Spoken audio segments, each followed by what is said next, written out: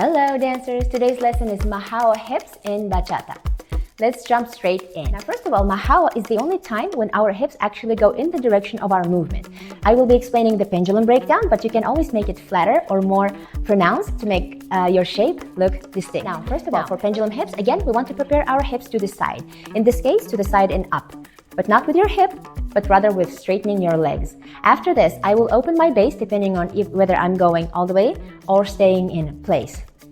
I will release my hips and I receive them by straightening my leg on the other side, going up. But I do not completely straighten up because that would finish the motion. So I limit myself by pausing in here and letting my hips sink in back into the other side. So this way, we go from one side to another, from one side to another. You want a more shallow shape? One side to another, one side to another, one side to another.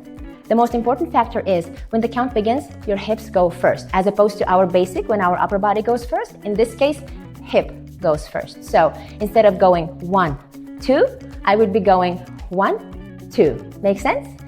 1, 2, 3. On 4, we don't do anything with the hip. We pause. 5, 6, 7, 8. 1, 2, 3, 4, 5, 6, 7, 8. You can do traveling. You can do traveling. You can add it to your basic or any other shape. One of the biggest mistakes is, again, anterior pelvic tilt. We do not want to look like ducks, like this. And misunderstanding about hips going first versus contra hips.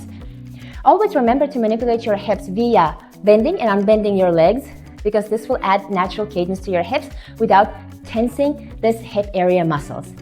And always remember that in bachata, we move one body part at a time. So as much as you're going to be moving your hips, we do not want your body to move with it, okay? Hey dancers, I am currently developing structured mini courses for serious bachata learners who want a complete curriculum. If you're interested in comprehensive, step-by-step bachata training, drop a comment below and let me know. I'll keep you updated when the courses are ready. Thanks for watching. And that's it for your bite-sized lesson. If you need to drill this movement, go check out the hips warm-up session where we go through all 4 types of hips movement. Now, if you haven't subscribed to my channel, well, what are you waiting for? All right, come back to see me more. I hope to see you either in one of my videos or on a dance floor. Otherwise, I'm signing out. Cheers.